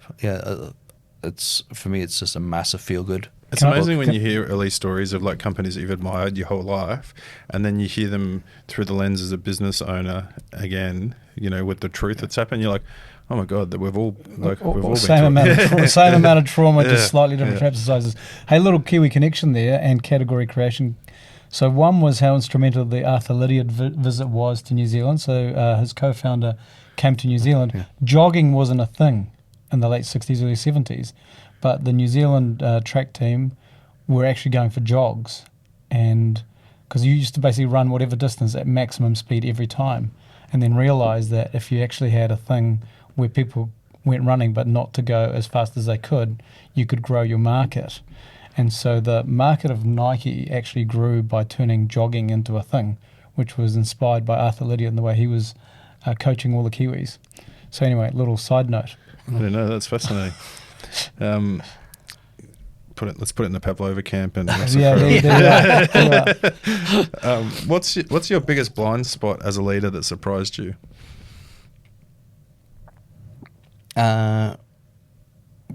Probably how much my voice matters at certain times. Probably like sort of what, as we were talking about before, as you kind of scale up, realizing that people want to hear from me. I know that sounds kind of counterintuitive to leading. You sort of don't think about that because you're kind of in the weeds building the company the whole time. But people want to know what you think, and they want to know where the direction you're going. And quite often you forget that people don't know what you know, because you'll talk about it so many times with certain folks. And it's like, how do you communicate that effectively to everyone? How do you bring everyone else kind of on the journey? And then just the weight, both good and bad, that your voice can hold in a room. It's probably how do you do it? Because you all got like 150 people with a lot of people remote, right? And so how do you do that remotely? So we do a monthly all hands. We use Slack a lot, try to get on kind of video calls, and then I travel a lot. Like, I'll spend 3 to 4 months a year on the road, and a lot of that's meeting customers, but it's actually just meeting the team as well. And so the best way to kind of communicate with the team is actually just to be in front of them and to have those moments. And like, we had a CX kind of US gathering, and I was there as well, and they only talked for a little bit, but then people get to ask questions, you get to kind of chime in, you have dinner time, you have time at the pub kind of talking to people, and like, those moments actually transform the way people communicate with each other, the way they kind of understand what's kind of going on. It's a huge amount of work to kind of do that. Like, I look at then, how do you do that with a massive organization like Microsoft? Like, one of the most fascinating talks I went to was a woman called Arada, I can't think of her last name, was a talk that Microsoft New Zealand put on in Redmond, and she was just talking about the difference when Satya came in to change the entire culture of a 50,000 person organization, which was all about sales versus numbers, to being customer centric and doing what you can for your kind of customer, and how they just completely shifted an entire organization around that. But like, how do you actually communicate that to people. Like I struggle with the 150 people is just to make sure that we're kind of all on the same page.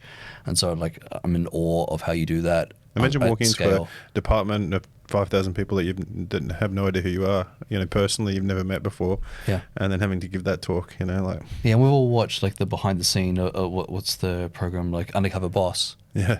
And then you're always blown away at how detached they are from the company. And like, how could you not know this? This is literally your entire business. And they're like, oh, I didn't realize that. But is that our egotistical thing as a founder that everyone should know who we are, no matter how big the company is? But not know who you are, but know how your company operates as well. Yeah. I think that's the stuff that I've been most fascinated by, is the fact that they don't even have a clue how their own company operates. It's like that's the stuff where you need to spend time with people that are actually doing the work on the ground, because like otherwise you're just clueless. Yeah, interesting. What's the one trait every great founder shares? Just ridiculous belief, probably, and kind of backing themselves, and then backing the idea. I don't know whether that's psychotic in the way they just believe it's going to work the whole time, but you sort of have to have that innate belief that what you're doing is the right approach. Yeah. Like obviously you don't want to be completely deluded. So there's a real fine line between being delusional and actually kind of being optimistic. But I think probably the trait is the fact that you can absolutely and utterly ride that line to the T. Like the crazy founder line here. Yeah. It's like, it's true. Like it's on the podcast every time we're on the podcast stage. We're really curiously to like dig into the like how crazy do you have to be at times to be a founder, and like or is it like it's childhood trauma people come from, or it's not having success in school, or it's just like absolute stupidity because you're naive enough to just think that you could do something like that, and then that only gets you to a certain place. How do you continue that? Like, how do you keep that going once you've consumed so many podcasts and read books and the category so well now? Like, how do you keep it going now? I just look at how we're performing as a company. I look at the people that we still attract as talent that works for us. Like, I'm always just blown away when I meet people that work in the company. It's just how freaking epic they are at the work they do. And it was like, they've all taken stuff to a stage and a level that I know I would never be at that stage, which is always kind of weird then when you feel that you're leading, but I could never do their job. Yeah. Like, they're just exponentially better than I could ever be that. And I think that's because when you start something, you do everything. And so you just feel like, okay, I'm really good at everything. And then you start to realize, actually, I'm not a specialist. I'm only okay at that. And so like, I think it's just surrounding yourself with epic people the whole time and listening to them and hearing what they bring to the company. I think that's what keeps you going. Yeah. Do you notice the difference between the niches or niches Americans would say, like in terms of like they are really good in their little niche in their space, that they know it so well compared to us Kiwis who are a bit more T-shaped, will be more generalist, be able to do things. Have you noticed that? I think it's age and stage of the company. Like I look at that as like our profile of people that probably has changed over the number of years that we would have had. And you need more generalists at the start. So if you bring someone in marketing, they're kind of this much in marketing, and then as your team grows, it's like, okay, I need someone who can really do this part really well, or I can do this part really well. So you like, it's almost a function of scaling as a company that you just need to get deeper in an area. So like you need to change our personnel and bring in people that have real deep understanding in certain areas. Like, it's always a sort of thing when you start a company, it's like, oh, I'd love to have someone from, company ABC come kind of work with me, and they would be freaking terrible if they came in, because they always come in with a team of 10, and like in the start you can't, like, they'll be useless for you. You need someone who can actually do the doing, and then you start to kind of scale up, and so that changes that kind of role and makeup. Indeed. What's the lesson that you had to learn the hard way? Making those tough calls sooner with people. I think cost cutting or people cutting? People cutting. It's just, like in New Zealand, we're super shit at it. And I think that's because we also feel incredibly close and like a loyalty towards people. Like, I brought you here and that we should stay together forever. Yeah. And so having those tougher conversations and realizing that it isn't personal, this is just business. And so that's when you kind of have that more ruthless mindset around what do we need to do to get us to the next level. And you've been great so far on this journey, but like it's time for change. We just need someone else to come in here.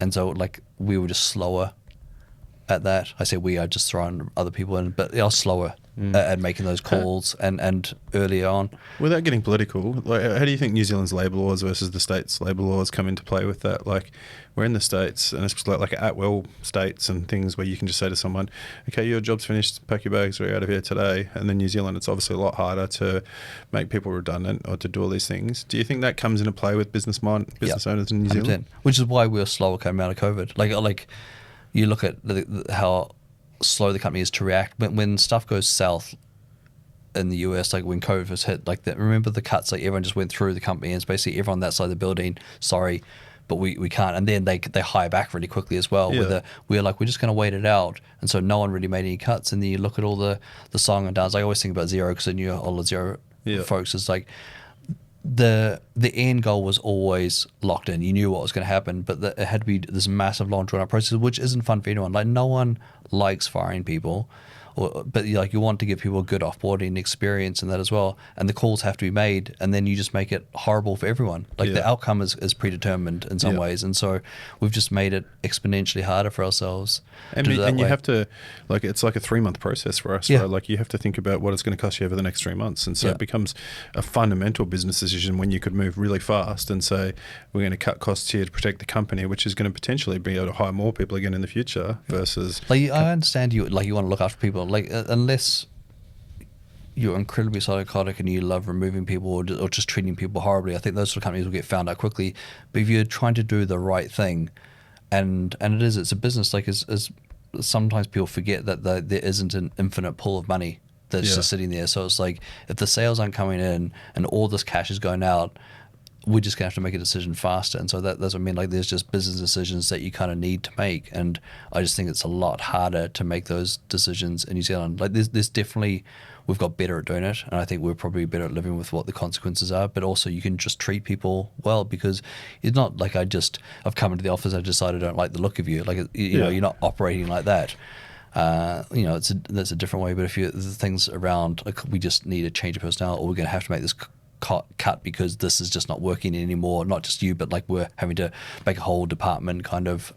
We've got everyone's jobs on the line here. Yeah, you know, it's like sometimes you have to amputate an arm to save the body, right? Yeah. And so it's a tough one. I find New Zealand's labour laws just like hard. But it's also very easy to hide behind. The labour laws are a bit tough, so I won't do anything. So 100%. There's an element to which that's true too. And we've found out that if you want to move, you can move. And again, if you're treating people, but you have to spend with a bit of money, obviously. You know, you spend money, but you just talk to people. Yeah. Like if you have that conversation, because people don't want to have that conversation. I think and I didn't want to have that conversation at the start. Is it because you're scared to have that conversation? It's hiring is exponentially more enjoyable. Like I love you. I think you're gonna do amazing things together. Let's come forward. To break up, it's just not a nice conversation to have. And like you got people, like you know what it means to them, and so like it's just hard. Like it's just a hard conversation to have. Yeah.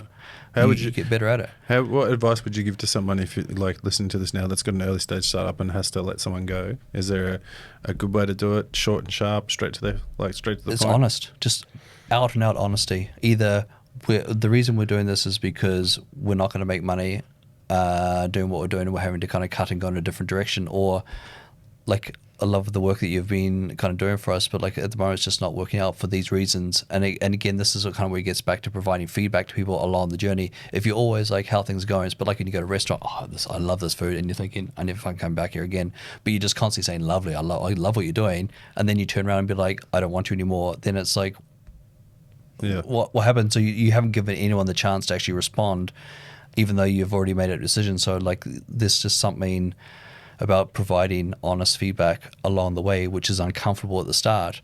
But then when you kind of get into it and they realize it's coming from, again, how you deliver that message in a way that they feel like you're actually trying to help, and you want to see someone succeed.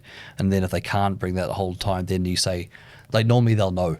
Yeah. Like let's say if you're being honest with that feedback and then suddenly you're like, okay, this isn't working out, it's not like they're going to be massively shocked. And if they are, well, you've probably saved yourself something anyway. Yeah, awesome, man, awesome. Thank you. All right, and lastly, in one sentence, what drives you? Not having a plan B. Mm-hmm. Like, yeah, I thought about this. I could easily say winning, but it depends. Like for me, it's just I just don't have another. This just has to work, and so I think about that often as like this has to work for so many reasons, and so I'm driven to be successful that way for kind of what it means to kind of build a company of the size. Like I like the journey that you kind of go on to build a company from scratch and to get it to a certain size is like to me it is a bit of a game that way. Like I kind of want to I want to win that game or whatever I've kind of made up in my head. What is winning? What is like? So what is the next milestone now? Is that $1 billion business? Is that what you're shooting for now? Yeah, there'd be different stages of kind of like if we get to kind of 50 million revenue, that's kind of like that's a next kind of milestone, and then you kind of get to that. Well, then how do you get to that kind of 100, and then then you can type valuations, because valuations can very wildly. In the start, it's easy to have a bigger valuation. Now we're kind of tied somewhat to reality around what that kind of multiple would look like. So how do we build a successful company? And you just get to a company of a certain scale, and so in my mind at the moment, it's like, okay, how do we get to 50 million revenue? Yeah, and what do you think? Like, what do you think the difference is now that you have to do? I know whenever I look at the start of the year as to what we need to do, it's terrifying, because you just get to we've had like 8 quarters in a row or so of kind of getting there.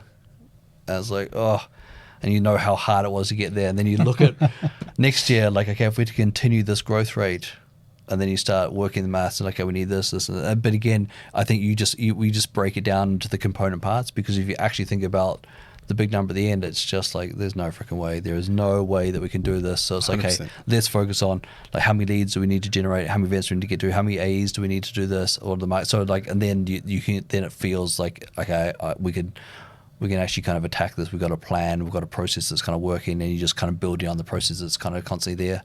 Yeah. 100%. It's funny. Like, so my friend Cosmo talked about before. I work in recruitment, so every month, like you wipe the slate clean and you start from scratch. So every month on the first, he sends me a hilarious text message like, "Haha, start again." I was like, all my contingent work has to start again, right? And then every time they raise capital, I always text, "Haha, start again." Like literally after the next thing again, right? And so, but it is like like the finish line just changes, and like the peaks and troughs of what it is running successful companies are just infinite and never ending, right? And so and I think that was I think the thing that made me feel happy is like there's kind of I always had this idea in my mind that you kind of get to a certain place and then you kind of in this utopia of not panicking, like being across at Microsoft, and it started last year. We're kind of on this AI fast movers tour, and you're meeting the people there. They are panicked to shit about the growth and everything, and they're like, "Oh, we need to do this because the guys across the river are gonna take it," and they're worried about Amazon coming up. And it's like, you guys are making billions and billions and billions of dollars. Like, you literally cannot fail. But they have that urgency the whole time as well. And you suddenly go, oh shit, that urgency just never fades. It doesn't matter if you're trying to get to the million, like the way you felt at trying to get to the first 100,000, the first million, the 10, like it just feels the same. It's just, there's just more zeros, but and more angry shareholders. Yeah, but there's also comfort in realizing that. And so then I think that enables you to go longer, because you're like, I'm always going to feel the state of panic. Yeah. It's just a different number, but I'm going to be just as anxious. And so once I kind of got my head around that, then I'm like, okay, I can kind of handle that. And there isn't going to be this moment of utopia where unless you're going to look back and be like, and that's what you need to do, look back every now and then and be like, cool, this is freaking awesome we got to. Right, let's crack on. Awesome, mate. Well, that's a bloody good way to finish this podcast and let you get on and crack on to the next 50 million revenue, mate. And so thank you so much for coming on. It's been a real pleasure chatting to you. Serge and I, are pretty privileged that we get to talk to some really interesting founders and hear stories and just hear genuine, real stories. And I think that's what we got from you today, mate. And so I really appreciate it. One thing that I'm asking on this season now going forward is, who would you want to see on this podcast? Like, if I was to go out and choose anyone next, who would you personally want to see on the podcast? Someone who actually really enjoyed chatting to, and his story was Hadley from Swiped On. Oh, he's literally next on the podcast. Oh, is he? Only because his story is so interesting. Yeah.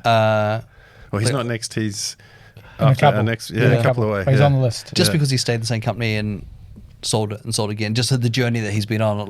We were both at he's a good bloke last year. He's an awesome guy. Because we're at opposite corners of the block in Tauranga, so it's like I was chatting to him as we're grabbing coffee in the same place on Friday, and it's just his story I think is kind of fascinating. Just the journey he's been on. I think it just gives other people that are building companies just an idea of kind of what that could kind of look like when you sell out and then you stay on. And then you go There's a again. different Then you go again. trajectory, Yeah, it is. sure. And different people's. Yeah, I think the story is And he's like, fascinating. he's had a couple of businesses that he sold now, and then It's the same one. Yeah. Oh, he had one previously, didn't he? Or did he come I straight don't out of the Yeah. military and then go into? Oh stock yeah, market? it's a different couple of jobs and careers and stuff. But Yeah. the fact that he's sold the same thing twice and could be a third time. Yeah, it's just Wild, hey. yeah, that's cool. And from Tauranga as well. You Yeah. know, awesome, mate. Hey, well, thanks so much for coming on, mate. We'll let you go back upstairs and go and finish your job. And until next time, mate. Thank you. Thanks Awesome, for coming thank in, you. Sam. Cheers, thank you. Man, that was an awesome episode. For sure. Clearly love it when someone comes on the podcast. It just gives you their authentic, honest, thoughts on things. And, we see a lot of people on the podcast that come with their PR teams, or you probably haven't seen in the new version. We haven't had anyone like in the old days, Jono. We had a lot of PR people turn up and sit in the room and watch us, and Jono and I'd be shitting ourselves like, we're saying the wrong things here, because they'd be taking notes and like editing. This is going to edit it out, and so it's I'm glad we're not doing that anymore. Yeah, no, it is cool to see that, and Sam was fantastic. It was interesting what he said to me about like FIFA and beating his kids at games. That is, unlike you, right, who beats your kids. Because I think that's something that we talked about this at the start. And we talked about the not exercising your brain, and we talked about all these. We've talked about all these things a lot on the podcast, but I was talking about this with my daughter the other day. We were talking about the NCA levels, how they're changing, and she was saying, "Oh, well, it's easier to do it the way it is now, Dad." And I'm like, "Well, the world isn't easy, Molly. When we don't want to push you out into a world that's really hard after giving you a soft education." And so I think this is interesting in startups, especially. It's fucking hard. Yeah, there's nothing easy about a startup. There is nothing hard to be a founder, nor even to be like an employee, right? Like it's full on. The first sort of up to the first 50 people, you're wearing about 8 different hats. You're doing all these things usually for the first time and trying to figure them out and pretend you know what you're talking about, or you fake it till you make it, as we referenced before. And so I think having that spirit of like persistence, like talking about beating your kids in FIFA, beating your kids in basketball so that they drive to succeed. I think, I want to see more of that, and I think it's something that we should be talking about openly and not being scared of wrapping our kids in cotton wool. Couldn't agree more. And I love the fact that he described himself as a shallow puddle, which is hard to say over and over again, because, so many people think deeply about problems that should be solved and whatever. People who look at puddles and are shallow and just go, this is a problem we're solving, I'm going to solve it. I haven't figured it all out. I probably never will.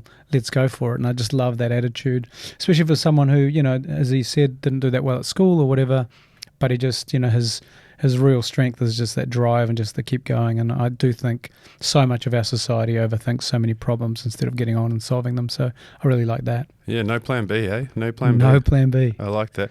Well, I hope everyone watching or listening to this, wherever you're consuming your podcasts, whether it be YouTube, Spotify, Apple, Google, wherever you're watching or listening to them, enjoys these podcasts that we do. Please share it with your friends and family and colleagues, and let us know in the comments, wherever you see this posted, or email us into the show, podcasts@talent.army, and let us know who you want on next. Like if you're burning to see or hear someone's story, please let us know. Serge and I and Adrian, put our heads together and try and come up with guests that we think that you're going to enjoy. We're trying not to get the exact same guest every week. We're trying to get different stories. You guys had some amazing guests while I was away, completely unrelated to the sort of SaaS ecosystem, which was really cool to see. And so, yeah, mate, cheers for coming. Awesome. Thanks for joining us. All the best, everybody.